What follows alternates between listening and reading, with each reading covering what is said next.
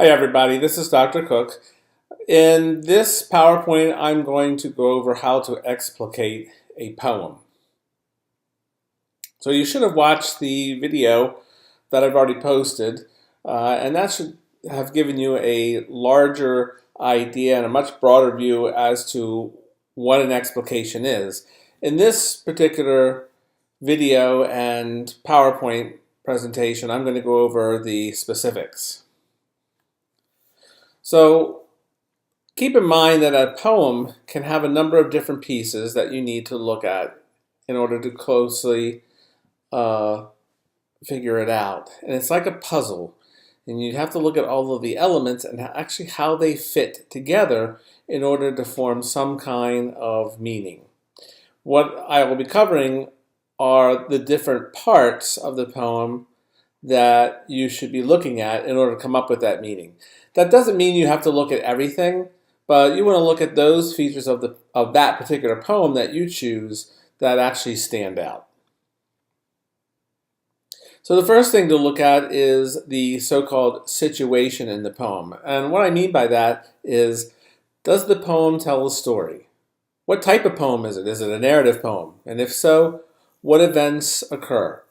Does the poem express an emotion or describe a mood? So you want to look at that upon your first reading and kind of look at the situation of the poem and take some notes. Then you want to look at the tone. What is the speaker's attitude toward the subject of the poem? What sort of tone of voice seems to be appropriate for reading the poem out loud? And what words, images, or ideas give you clue to the tone? So in this case, you're going to have this feeling, you're going to have the tone that the poet wants you to have when you're reading the poem. But what words does the poet use in order to bring across this tone? Lastly is the so-called poetic voice. Who is the speaker of the poem? Is the poet speaking to the reader directly, or is the poem told through a fictional persona? And to whom is he speaking? Can you even trust the speaker? So it's not unlike the narrator in a fictional story. And some narrators, you can't necessarily trust. The first person narrator is sometimes unreliable. Now you want to look at the structure of the poem. By structure, I mean look at the form. How many lines are there? What's the length? How are they arranged on the page? Does the form at all relate to the content? Is it a traditional form? Is it, for instance, a sonnet? And a sonnet we know has 14 lines. Or is it free form? And the question would be then, why do you think the poet chose that form for his or her poem? What's the title? Does the title have any meaning? How does it relate to the poem itself?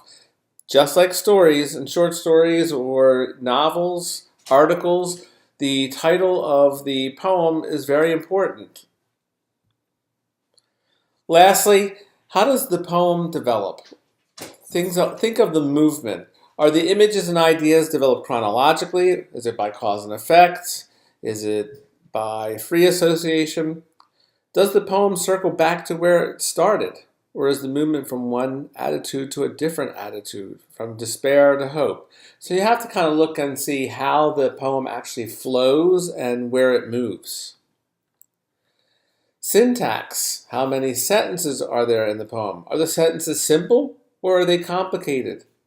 Are the verbs in front of the nouns instead of in the usual noun-verb order? Why? Look at E.E. Cummings. E.E. Cummings is really very clever in his syntax. And again, what's really important for E.E. Cummings is his use of punctuation. What kind of punctuation is in the poem? Does it coincide with the end of the poetic line, or does it stop in the middle? Remember, there are those terms called enjambment, where the actual sentence stops in the middle. Is there any punctuation in the middle, and why do you think the poet would want you to pause halfway through the line? Very important, because the poet isn't there to tell you how to read his poem, but he does build in punctuation for you to naturally pause where he wants you to pause, and then why. The question would be, why does the poet want me to pause here? What is it? What word is there? Does he want me to think of one particular word? What am I supposed to be concentrating on? Why does he want me to stop? Then we want to look at the language, specifically the diction and the word choice. Is it formal? Is it colloquial? Is it simple? Is it unusual? Do you know what all the words mean? If you don't, then look them up. What moods or attitudes are associated with words that stand out for you? And then imagery. Look at the sensory details of the poem. Are they literal? The words meaning just what they would normally on the surface? Or are they figurative language? In figurative language, we're talking about metaphors, similes, analogies, personification. There's also hyperbole, onomatopoeia. All of these are covered in the text, so it's a really good idea that you familiarize yourself with those particular terms because that could actually apply to the poem that you choose. How do these images add to the actual meaning of the poem or intensify the effect of the poem? Allusions. Are there any allusions? Allusions are references to something outside the poem. A lot of times, if they mention something about Greek mythology, that would be an allusion, where they're alluding to Greek mythology. History, religion is often alluded to. And then probably the one part that is the most difficult are the so-called musical devices in the poem. By musical devices, we mean the rhyme scheme. Does the rhyme occur in a regular pattern or is it irregular? Is the effect formal, satisfying, musical, funny, disconcerting? Rhythm and meter. In most languages, there's a pattern of stressed and unstressed syllables. And I talked about this in the text, if you remember. The iambic pentameter is sort of the normal conversational meter that we use in the English language. So in poetry, there's a variation of stressed and unstressed syllables. This will be important because you're going to have to be able to do this on the exam. You're going to be given a sentence or two or a line or two of poetry, and you have to figure out where the stresses and the unstressed syllables are. Any other sound effects, such as alliteration. Remember, alliteration is repetition of a consonant sound at the beginning of a word. Assonants are vowel sounds. Consonants, what tonal effect do they have? So a poet uses these things, but he doesn't just throw it in there. There's a reason for why he would want to use these devices. And you need to try to figure out, why do you think the poet used that particular sound effect or device? Lastly, has the poem created a change in mood for you or a change in attitude?